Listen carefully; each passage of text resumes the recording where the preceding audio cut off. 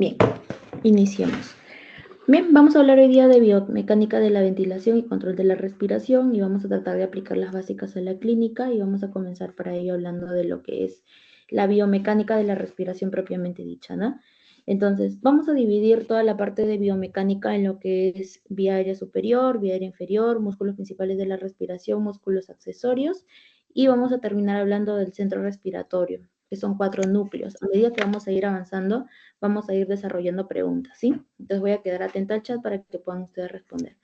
Bien, entonces comencemos.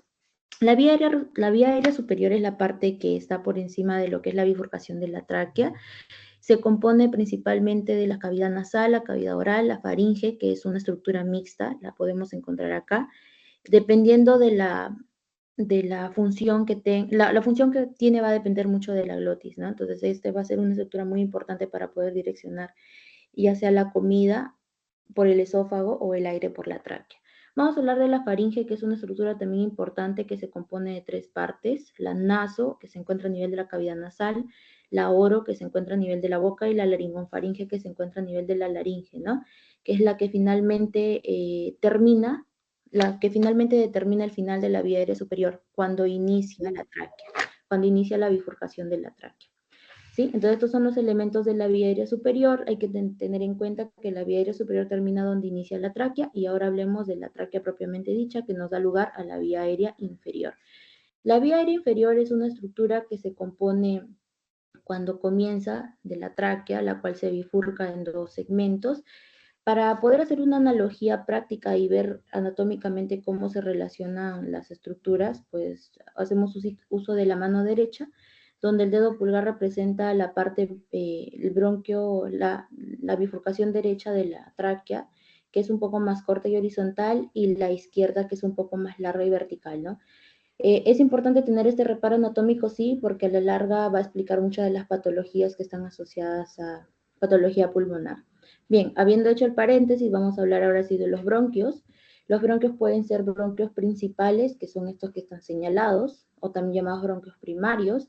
Vamos a tener los bronquios lobares, también llamados como bronquios secundarios, los segmentarios, que son terciarios, y los intrasegmentarios, que son los que intrínsecamente nos comunican directamente con los alvéolos, con los bronquiolos y posteriormente los alvéolos. ¿Por qué hacemos este recuerdo anatómico? Porque cuando hablemos del intercambio gaseoso es necesario explicar por qué vía se va a canalizar el aire, ¿no? Entonces terminamos hablando de los bronquiolos, que a su vez tienen 2 tipos, ¿no? Los terminales, que son conductores, y los respiratorios, que son intercambio. Estos intercambios, a medida que va descendiendo la vía aérea inferior, van perdiendo su anillo cartilaginoso, que es lo que caracteriza a la tráquea, a medida que va descendiendo, ¿sí? Los alvéolos ya son estructuras membranosas propiamente dichas, que se comunican entre sí mediante poros alveolares. Esto no es una estructura anatómica propiamente, es mucho más histológica, pero también podría explicar la formación de las bulas, si es que hablamos clínicamente, ¿ya? Entonces ahí lo vamos a tener en cuenta. Y hablando de manera genérica, tenemos aquí a los pulmones. Si hacemos un recuerdo anatómico subrayando todo esto, pues nos encontramos aquí con los bronquiolos y finalmente los alvéolos. Bien, ahora sí vamos a hablar de lo que corresponde, ahí están las estructuras señaladas, vamos a hablar de lo que corresponde a los alvéolos. Los alvéolos son estructuras de intercambio gaseoso y son, tienen células al interior de ellas, ¿no? Principalmente 3. Vamos a hablar de los neumocitos tipo 1, que comprenden el 90% de la superficie alveolar, pero en número son el 40% de las células. Son unas estructuras aplanadas, simples, ¿ya? Que tienen ligeras fenestraciones entre sí que permiten un intercambio gaseoso de tipo difusión pasiva. Debido a que los gases también como el CO2 y el oxígeno son gases altamente difusibles, permiten atravesar con sencillez esta membrana. Si se dan cuenta cómo se retira el CO2 y cómo se ingresa el oxígeno.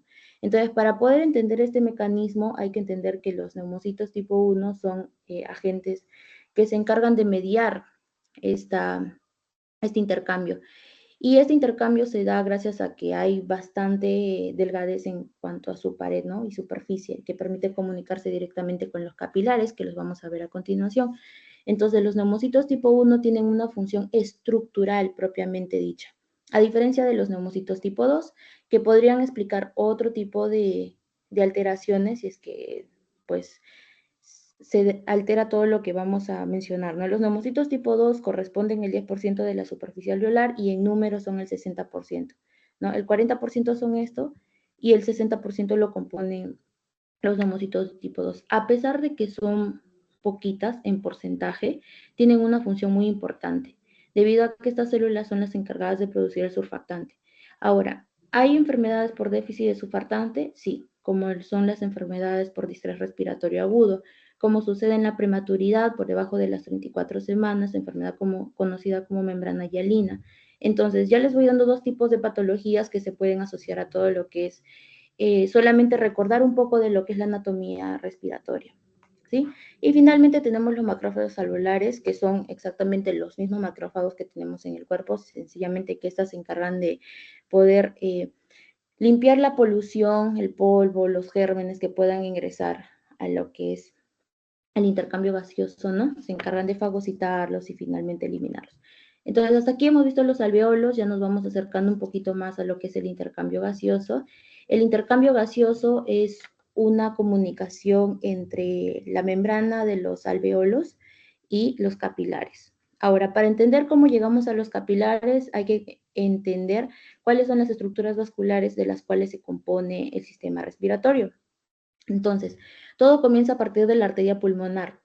Normalmente, nosotros estamos acostumbrados que en el cuerpo las arterias traigan sangre oxigenada, ¿no es cierto?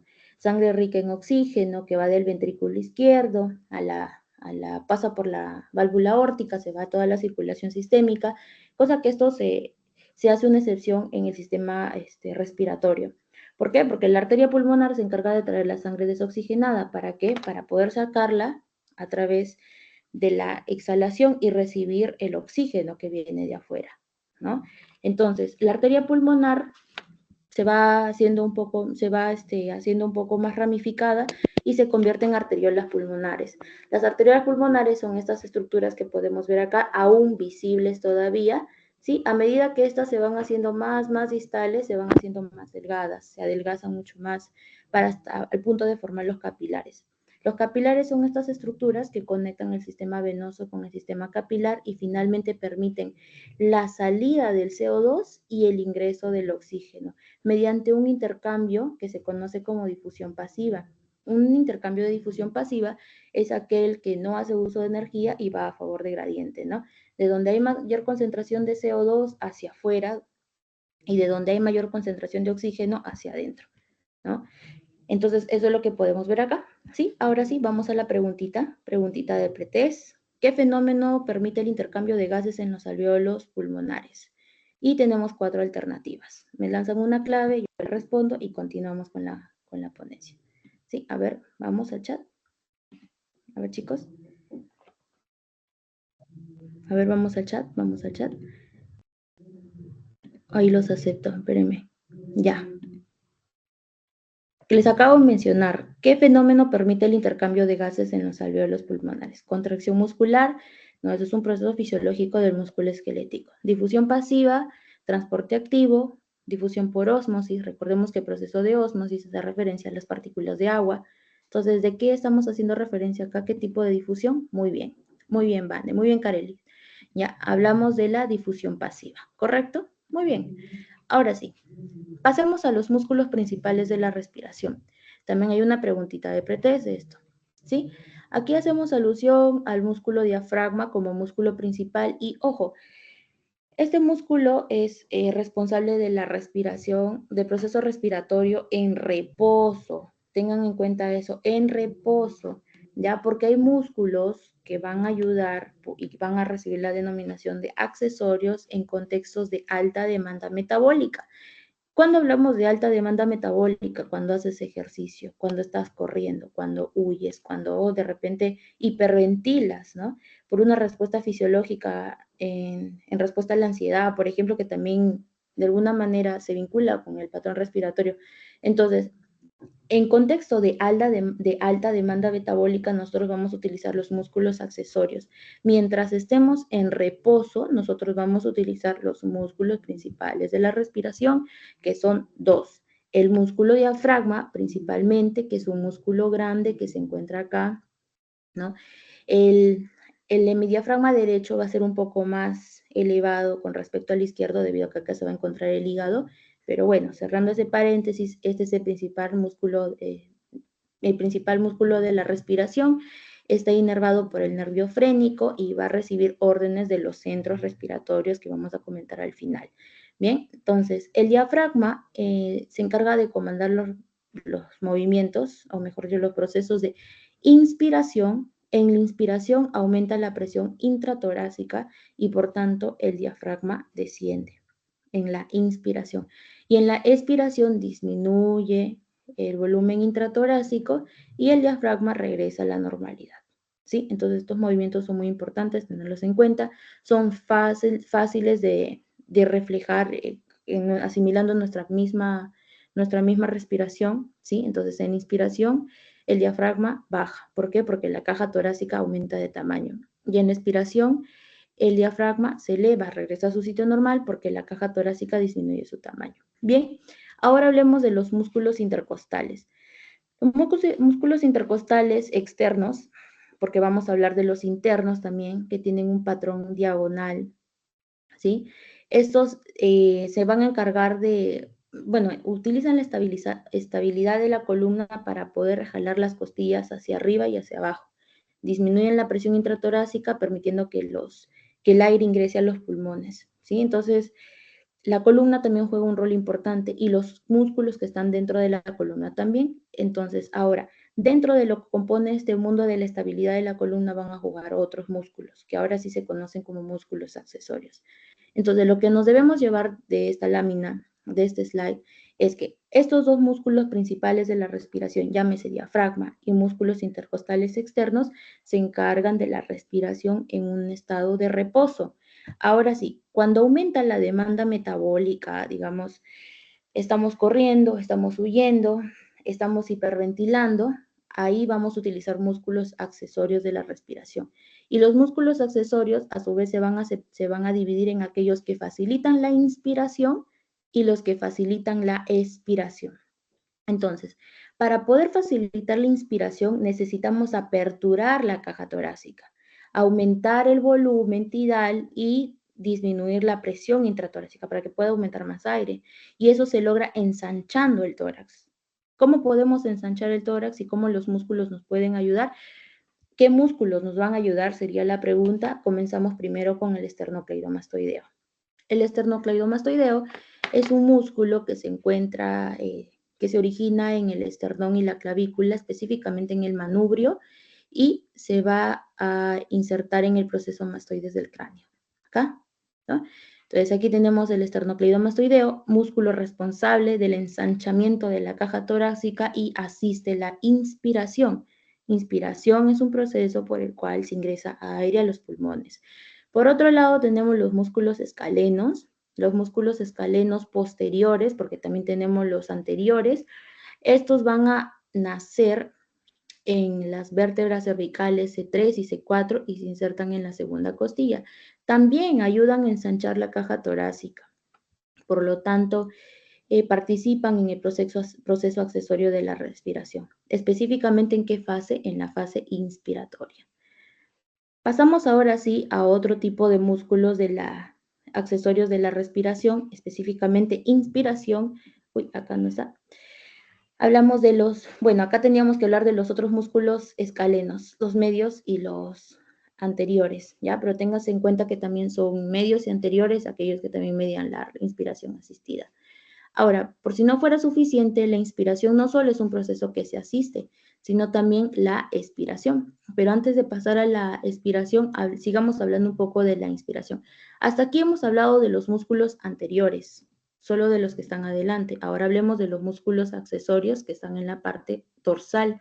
¿Qué músculos de la espalda nos ayudan a respirar y a fijar la columna como tal para poder aumentar el tamaño de la caja torácica? Tenemos acá en la parte posterior al dorsal ancho, que es este músculo que lo tenemos aquí abajo. Nace de las crestas ilíacas y se inserta en las diáfisis del húmero, ¿no? Luego tenemos el músculo trapecio. El músculo trapecio ayuda a fijar los hombros para permitir a los músculos anteriores a asistir la respiración. ¿Cómo se asiste la respiración en la parte anterior? Se jala hacia arriba y hacia afuera, hacia arriba y hacia afuera, y de esta manera nos permite ingresar más aire a los pulmones. Por otro lado, tenemos el músculo iliocostal, que es este que nace de las vértebras cervicales se inserta en la parte de abajo, ¿no? El músculo sacro, para ser específicos, y lo que hacen es estabilizar la columna. De esta manera nos permite una inspiración efectiva. Y sin olvidarnos del pectoral mayor. El pectoral mayor es un músculo que se encuentra delante y también facilita la inspiración. Entonces nos damos cuenta qué cantidad de músculos son accesorios y que nos permiten realizar la primera fase de la respiración, que es la inspiración. Entonces hay que quedarnos con esto. Bien, ahora sí, pasemos a la parte de la expiración asistida. Aquí vamos a tener ya no a los intercostales externos, sino aquí vamos a tener a los intercostales internos, que como nos podemos dar cuenta, están por debajo de los arcos costales. Lo que van a hacer los intercostales externos es jalar las costillas o los arcos costales hacia abajo, reduciendo la presión intratorácica y empujando el aire hacia afuera, como se dan cuenta, ¿no? Y esto, ¿cómo se le conoce? El botar el aire hacia afuera, un proceso de expiración asistido. Por si fuera poco, los músculos intercostales internos no son los únicos que ayudan a facilitar la respiración, sino también tenemos a los músculos abdominales. Vamos a hablar del recto interno, luego tenemos el músculo oblicuo interno, el oblicuo externo y el músculo transverso, ¿sí? Entonces, estos músculos son importantes también porque recuerden que el diafragma es un músculo que se encuentra a la mitad del abdomen y la caja torácica. Entonces, que los músculos abdominales ejerzan presión sobre el diafragma implica disminuir la presión intratorácica y por consecuencia la salida del aire hacia afuera, valga la redundancia, ¿no? Entonces, aquí tenemos los dos tipos de músculos accesorios de la respiración que favorecen a la biomecánica de la misma y las vemos en dos fases, ¿no? Una fase inspirativa y en una fase expirativa. Bien, preguntita ahora. Músculo principal que está involucrado en la inspiración durante la respiración en reposo. Tenemos como alternativas los músculos intercostales internos, los músculos abdominales, el diafragma y el músculo trapecio. Espero sus respuestas. Espero sus respuestas, chicos. A ver.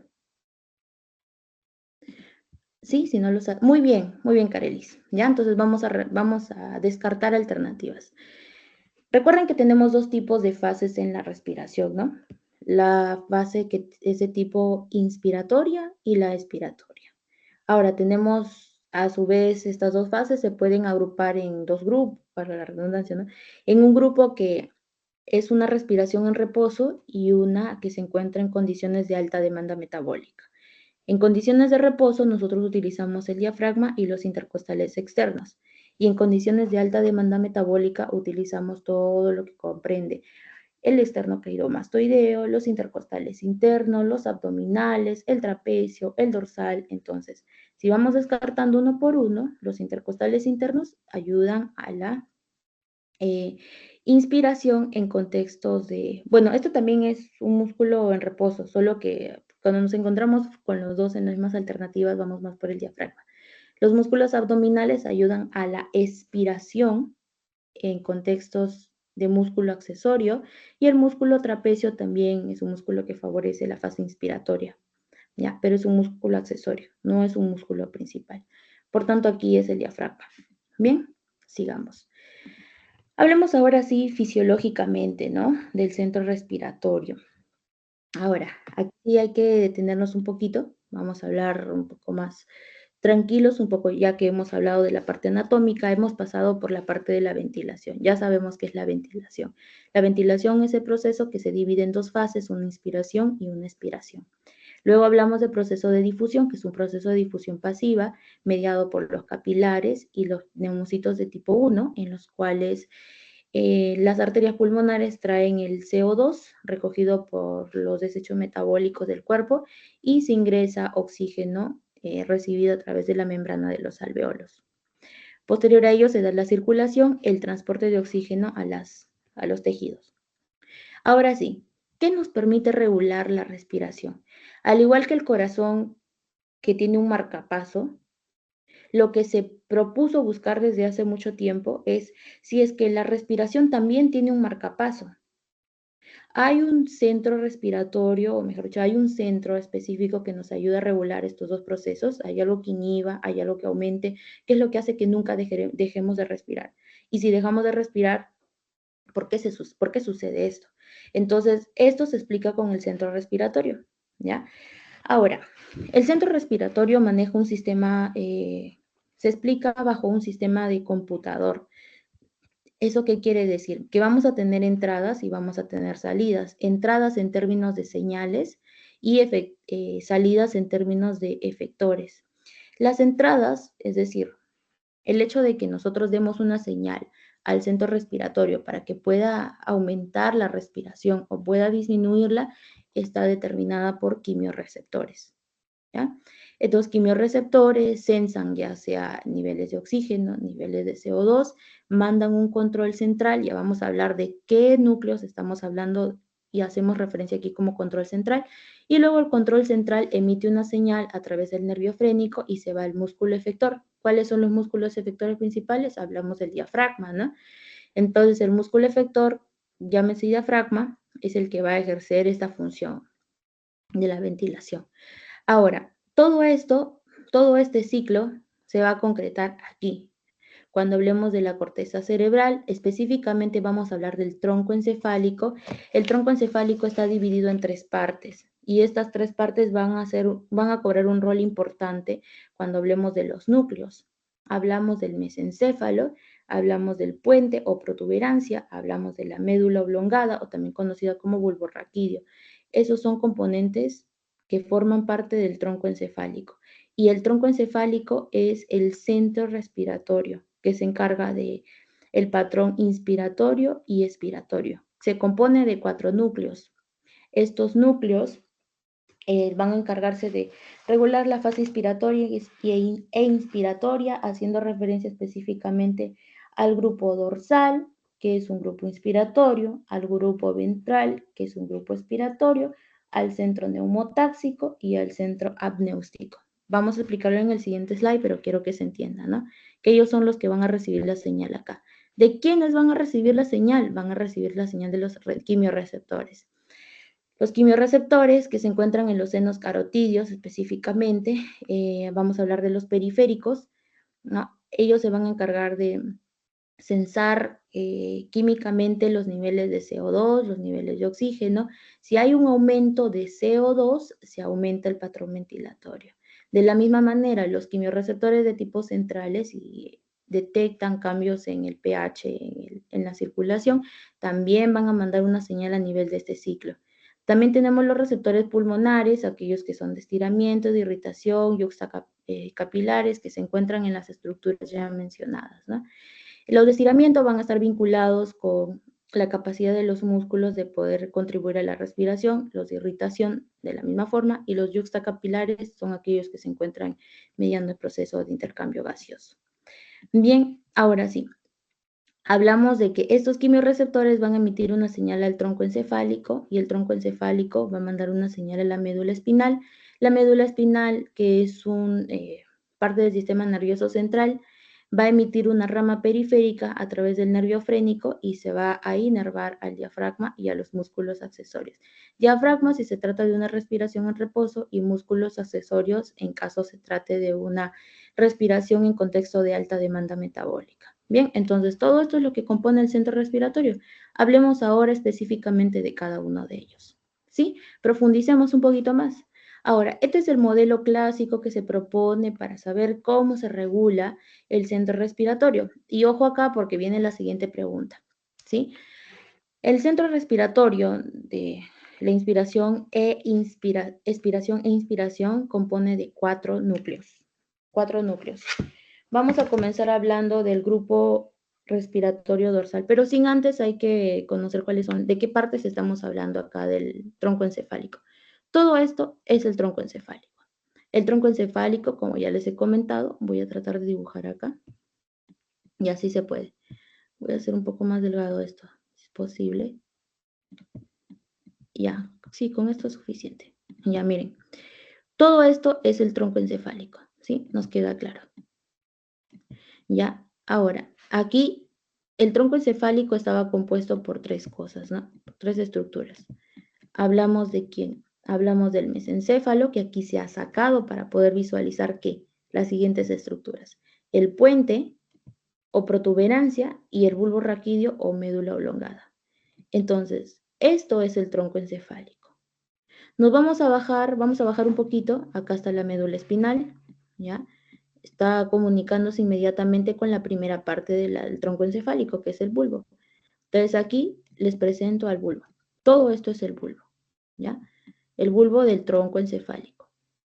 El bulbo en su interior va a tener dos grupos. Un grupo dorsal, un grupo respiratorio dorsal, que es este que encontramos acá, que estoy pintando de rojo, grupo respiratorio dorsal, que es un componente principalmente inspiratorio, ¿ya? Luego vamos a tener más lateral a un grupo respiratorio ventral, que viene a ser este de acá. No te vayas todavía. Un grupo respiratorio ventral, que viene a ser este de acá. El grupo respiratorio ventral, dado que es un poco más grande, tiene tres partes. Un segmento rostral, un segmento intermedio y un segmento caudal. ¿Ya? Ahora, este centro va a ser principalmente expiratorio. Entonces ya vamos teniendo dos de los cuatro núcleos que tenemos que modulan principalmente la respiración. El grupo respiratorio dorsal y el grupo respiratorio ventral. ¿Dónde se encuentran estos componentes que modulan la inspiración y la expiración? En el bulbo raquídeo. Llámese también médula oblongada. Entonces, de aquí viene la denominación de que el patrón básico de la respiración en las dos fases expiratoria e inspiratoria se encuentra en el bulbo raquídeo. Ojo con eso, porque lo voy a preguntar. Bien, entonces ya hablamos del bulbo, subamos un poquito más. Bueno, hablemos ahora del puente, ¿ya? El puente o también conocido como protuberancia. Este puente o protuberancia lo voy a colocar de otro colorcito. Vamos a ponerle un morado, ya. Este puente o protuberancia que tenemos acá va a tener los dos últimos núcleos que nos están faltando, porque recuerden que son 4 núcleos en el centro respiratorio, que se encuentra ¿dónde? En el tronco encefálico. Ahora, esta parte de acá es el puente o protuberancia. El puente va a tener una parte rostral y una parte distal. En la parte rostral vamos a encontrar el centro neumotáxico. El centro neumotáxico es un centro que es principalmente expiratorio, ¿ya? Expiratorio. Y luego tenemos acá al centro apnéustico. Apnéustico viene de apnea. Apnea es, vamos a decir, el cese de la respiración, ¿ya? Y es un centro principalmente inspiratorio. Ahora, quiero explicar ahora lo que significa neumotáxico. Neumotáxico viene de una expiración, de una fase expiratoria, que cuando este núcleo se mantiene sostenido, nos genera nos va a generar este tipo de patrones inspiratorios prolongados, que ya lo voy a explicar luego, pero quiero que entiendan que neumotaxis viene de la denominación una inspiración prolongada y apnea viene de cese de la respiración. Ténganlo en cuenta porque lo vamos a relacionar luego con los patrones respiratorios de tipo patológicos, ¿ya? Bien, entonces hemos hablado ya de los 4 núcleos. Hemos hablado de un núcleo, de un grupo respiratorio dorsal, que principalmente tiene una función inspiratoria, de un grupo respiratorio ventral, que tiene una función principalmente expiratoria. A estos dos grupos que se encuentran en el bulbo raquídeo, se les da un rol muy importante, ya que se encargan de regular el patrón básico de la inspiración, llámese de la respiración, llámese inspiración y expiración. Por otro lado, si hablamos de los otros dos núcleos que nos quedan restando, hablamos del centro neumotáxico que se encuentra en el puente rostral y del centro apnéustico que se encuentra en el puente distal. Y hasta aquí hemos completado los 4 núcleos que modulan la respiración. ¿Cómo se regulan ahora? De la siguiente forma. Tenemos un grupo respiratorio dorsal, ¿no? Que principalmente es inspiratorio. Ahora, se dice que la inspiración es un proceso pasivo. ¿Por qué es un proceso pasivo? Porque la inspiración es el proceso en el cual se inhala aire, ¿no? Ahora, para que este proceso pueda cesar, se inhibe. ¿Por quién? Por el grupo respiratorio ventral, que es principalmente expiratorio. Expiratorio, ¿por qué? Porque inhibe al grupo respiratorio. Es decir, y se inhibe, al inhibir la inspiración, el grupo respiratorio ventral cumple su función expiratoria, ¿sí? Luego, ¿qué más podemos decir ahora del grupo respiratorio ventral? Este se va a ver estimulado ¿por quién? Por el centro neumotáxico. ¿Eso qué quiere decir? Que el centro neumotáxico es expiratorio, ¿por qué? Porque inhibe al inhibidor. ¿De quién? De la inspiración. Por eso que el centro neumotáxico es expiratorio, ¿ya? Pero ¿quiénes son los que finalmente van a dar la respuesta? Son estos dos grupos. Por eso que a ellos se les otorga la función del patrón respiratorio básico, ¿ya? Bien, entonces, el centro neumotáxico, que tiene función expiratoria, tiene este rol debido a que inhibe al inhibidor.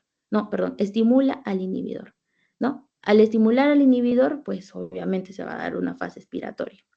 Luego el centro neumotáxico también se va a encargar de inhibir al centro apnéustico, siendo el centro apnéustico también un componente, un núcleo inspiratorio, también se va a ver inhibido por el centro neumotáxico que tiene un rol expiratorio principalmente. Pero cumplen este rol gracias a qué? Gracias a que inhiben a los centros inspiratorios. ¿Y esto es bueno? Claro que sí, porque la regulación de la respiración nos permite tener estos tipos de patrones ventilatorios, en el cual de un periodo de apnea aumentamos, ingresamos volúmenes, después lo botamos, ingresamos volúmenes y así sucesivamente, ¿no? Estos trazados ventilatorios se hicieron en dos tipos de experimentos en los cuales se tomó en cuenta la lesión del nervio vago. Ahora, el nervio vago intacto, ¿no? Cuando se hizo una sección, un corte aquí entre el mesencéfalo y el centro neumotáxico, muestra un patrón ventilatorio normal, ¿no? En el cual el volumen es regular, hay cortos periodos de apnea, ¿no? Entonces, no hay mucha amplitud en cuanto a las ondas, que es normal. Ya, eso es un patrón ventilatorio normal.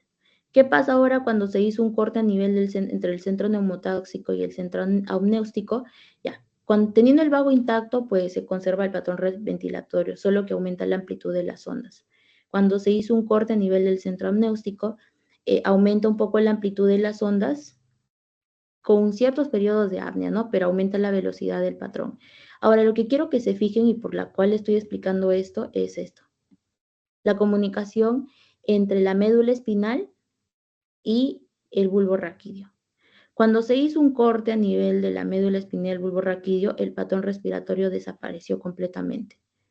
Y esto explica por qué los accidentes a nivel vértebro-medular cervical son muy importantes en la respiración, porque es importante proteger la vía aérea en un paciente politraumatizado por estas razones, ¿no? La comunicación que existe entre la médula espinal y el bulbo raquídeo, al no estar comunicado, cesa inmediatamente la respiración y tenemos este patrón ventilatorio, cero, ¿ya?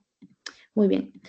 Ahora sí, se hizo un siguiente experimento con el nervio vago seccionado, lesionado, como quieran llamarlo, y vemos acá cómo es que un corte entre el mesencéfalo y el centro neumotáxico, sí, todavía nos ofrece un patrón ventilatorio, entre comillas, normal.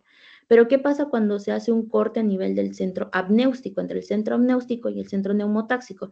Recuerden que la definición de neumotáxico es una inspiración prolongada. Entonces, eso es lo que se expresa acá, una inspiración prolongada. Y estar en esta fase es beneficioso, no, porque de alguna manera no te permite el intercambio gaseoso y tampoco pues, el oxígeno a los tejidos.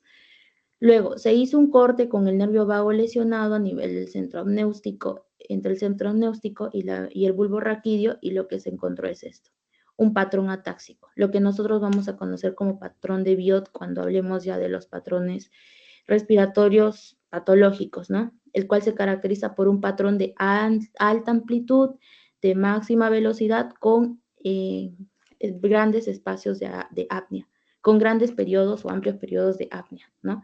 Todos estos periodos que están planos corresponden a periodos de apnea. ¿Eso qué quiere decir? El paciente deja de respirar.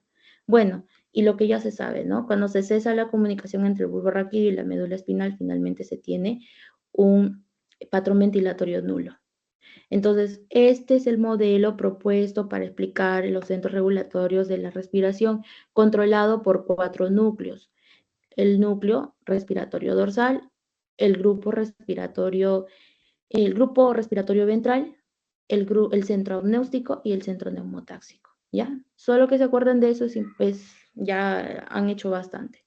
Que se encuentran respectivamente dorsal y ventral en el bulbo y neumotáxico y apnéustico en el puente.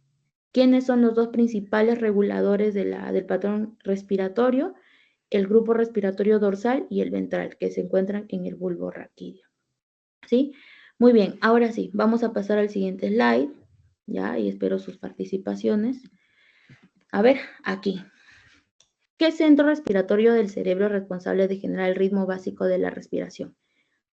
Claves: centro neumotáxico, bulbo raquídeo. Mira que no te dice inspiración ni expiración, te dice ritmo básico de la respiración. O sea, te está hablando de las dos fases.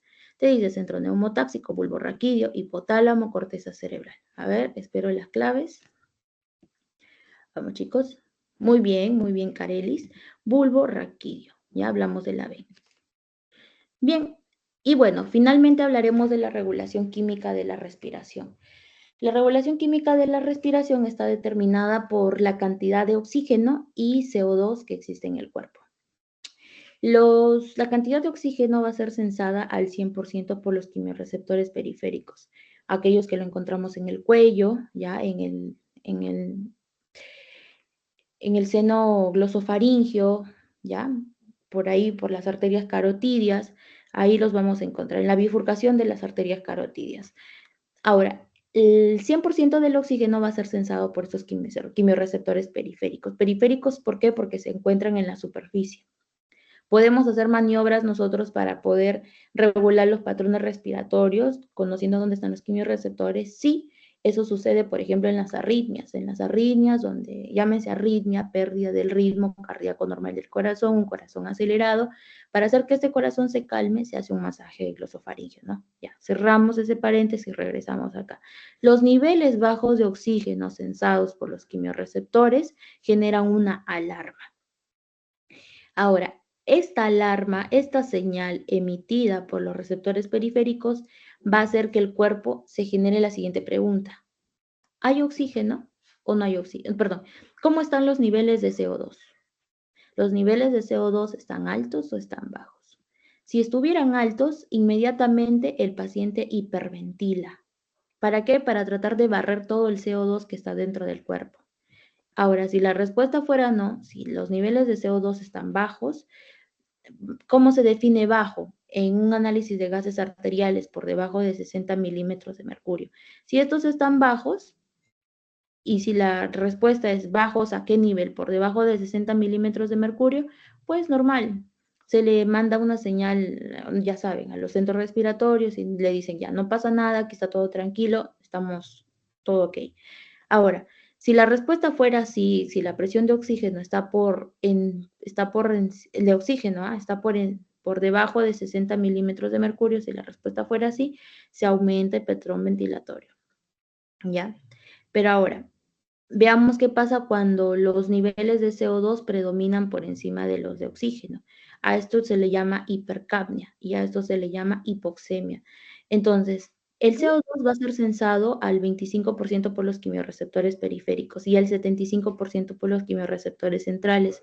En un contexto de aumento de CO2, bajan el potencial de hidrogeniones, llámese pH. Vamos a encontrar un contexto de quizás acidosis respiratoria inicialmente hasta que no progrese una metabólica, ¿no? Pero lejos de eso, regresemos acá. Niveles altos de CO2 censados por los quimiorreceptores centrales aumentan el patrón ventilatorio. Ya, aumentan el patrón ventilatorio. A ver, voy a aceptarlos acá. Ya, listo. aumentan el patrón ventilatorio. Y el patrón ventilatorio se traduce en que en mayor frecuencia cardíaca y en mayor gasto cardíaco. ¿Sí? Muy bien. Vamos a responder la siguiente pregunta. ¿Cuál es la principal señal química que estimula el aumento de la frecuencia cardíaca respiratoria? Recuerden que la señal química se habla en términos de CO2 y oxígeno que directamente nos aumentan la frecuencia respiratoria, nos aumentan la ventilación. Aquello que directamente va y aumenta la ventilación. A ver. Muy bien, muy bien, muy bien, muy bien, Carelis, ¿ya? Hablamos de niveles elevados de dióxido de carbono en la sangre. Que si le damos una denominación médica, esto se conoce como hipercapnia. Bien, ahora sí. Todos estos patrones ventilatorios, todas estas fases de inspiración, respiración, se van a traducir en esto, en los volúmenes pulmonares y las capacidades pulmonares. Por eso que al inicio íbamos pasito a pasito, escalando un poco, ¿no? Por los alveolos, el intercambio gaseoso, cómo se controla la inspiración y la respiración. Ahora hablemos en términos de volúmenes. ¿Cuánto de aire respiramos? ¿Cuánto de aire conservamos? ¿Y cuánto botamos? ¿Ya? A eso se le llaman volúmenes pulmonares. Y los volúmenes pulmonares no fueran posibles de ser detectados si no fuera por un examen que se conoce como espirometría simple. O sea, Shirley, que si hay espirometría simple, también hay una espirometría de otro tipo. Sí, tenemos la espirometría forzada. Ya, pero vamos a hablar primero de lo simple, hablemos de lo normal para después hablar de lo patológico. Bien, entonces tenemos los volúmenes pulmonares. Uy, ya, tenemos acá, quiero el lapicito un ratito. Ya, azul, ya, suficiente. Tenemos aquí los volúmenes pulmonares. Vamos a comenzar primero definiendo qué es el volumen corriente. El volumen corriente, o también llamados por otras literaturas, dependiendo si usan el Guyton o el Constanzo, también llamado como volumen tidal, tiene un volumen de 500 mililitros. ¿Y esto qué quiere decir? El volumen corriente o tidal es el volumen que se mueve, es el volumen habitual que nosotros movemos por cada inspiración. O sea, es el volumen normal, ¿ya? Es lo que nosotros inspiramos normalmente. Ahora, esto se detalla en la gráfica así, ¿no? Un patrón ventilatorio oscilante normal que cumple un proceso de inspiración, expiración, inspiración, expiración. Y cuyo volumen es de 500. Ahora, hablemos del volumen de reserva inspiratorio, como su mismo nombre lo dice, inspiratorio. ¿Cómo se define esto? Es el aire que puede ser inhalado luego de una inspiración normal. Después de haber inhalado, habiendo hecho otra inspiración, luego de una inspiración normal, eso es lo que se define como volumen de reserva inspiratoria. Y es aproximadamente 3.000 mililitros. ¿Ya? Hablemos ahora del volumen de reserva expiratorio. Ya hablamos de inspiración, ahora hablemos de expiración. El volumen de reserva expiratorio es aquel que el que aún puede ser expirado después de una expiración normal. Y es aproximadamente de 1.200 mililitros. ¿Ya? Finalmente, cuando hablamos de mililitros, pues podemos hablar de un litro 200, 3 litros, ¿ya? Esto es importante cuando hablemos de los dispositivos de oxigenoterapia, de ayuda ventilatoria, pero por el momento solo apréndanlo así, porque a nivel de fisiología es lo único que preguntan. Y bueno, el volumen residual es lo que queda en los pulmones después de una inspiración, ¿no? Ese es el volumen residual, ¿ya? Entonces ahí tenemos todos los volúmenes pulmonares. Ahora hablemos de las capacidades. Las capacidades vienen a ser la sumatoria de los volúmenes que vemos acá. Por ejemplo, la capacidad inspiratoria está determinada por el volumen de reserva inspiratorio y el volumen corriente, ¿ya? Entonces, cuando queremos hablar de capacidades, la capacidad es la suma de los volúmenes. Y cuando nos van a preguntar por la sumatoria en términos de milímetros. ¿Cuánto es la capacidad inspiratoria normal en un pulmón sano? Sumamos 3.000 más 500. 3.500 es la capacidad inspiratoria. ¿Ya? Por otro lado, hablamos de la capacidad residual funcional, que es la sumatoria del volumen de reserva expiratorio más el volumen residual. ¿Qué es la capacidad residual funcional? Básicamente es la suma de la reserva, del volumen de reserva expiratorio, es decir, lo que queda después de haber expirado todo el aire más el volumen residual. 1.200 más 1.200, 2.400. Ahora, la capacidad, lo que se inspira y lo que se expira, nos dan la capacidad vital. Entonces, la capacidad vital viene a ser la suma de la capacidad inspiratoria más la capacidad residual funcional. Y la capacidad total pulmonar viene a ser la sumatoria de todos ellos. ¿Sí? Ahora, como les venía comentando, si hay algo que es normal o si hay algo que se les explica de forma normal, es porque se viene algo que quizás rompe los parámetros, ¿no? Y que puede explicar muchas patologías. Entonces, si había una espirometría simple, ahora les voy a explicar una espirometría de tipo forzada. ¿Ya? La espirometría de tipo forzada sirve para poder ver si es que el pulmón está sano, pero en términos de qué.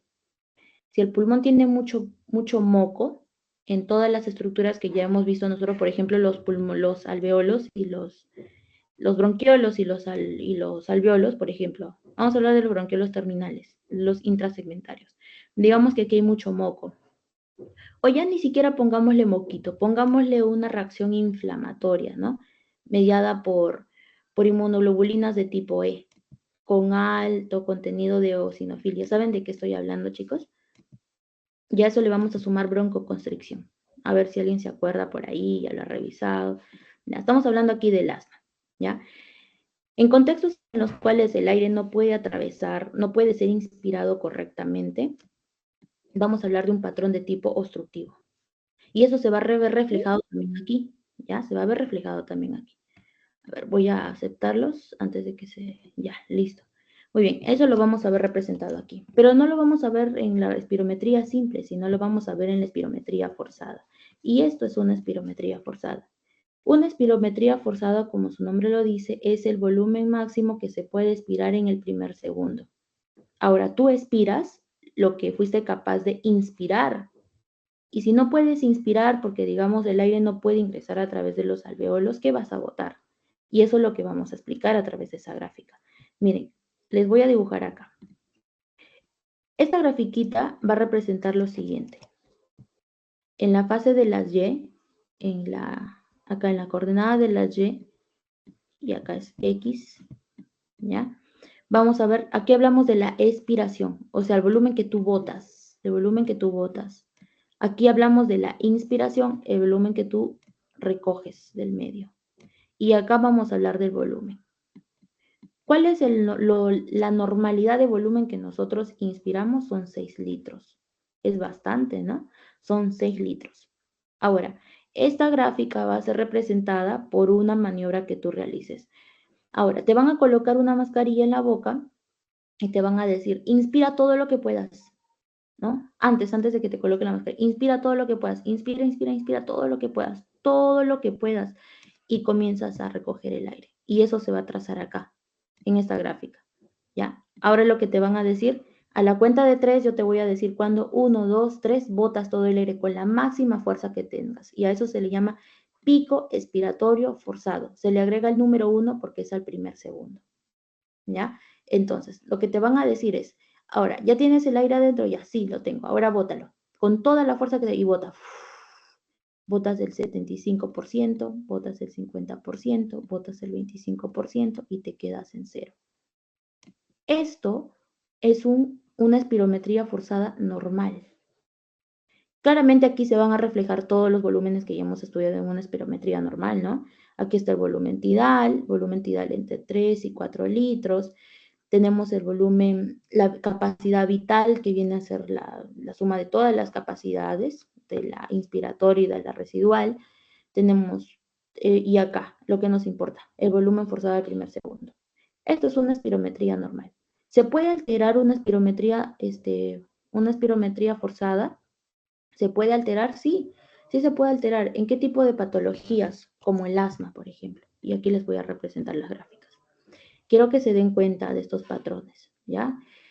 Esto en fisiología sí se los toman porque sí, o sea, es algo que sí tienen que interpretar. Y esto lo van a llevar incluso hasta las medicinas internas, cuando ya pasen por neumología, también se van a encontrar nuevamente con cositas de morfofisio. Entonces, nuevamente, hablamos de la expiración, hablamos de la inspiración y hablamos de volumen.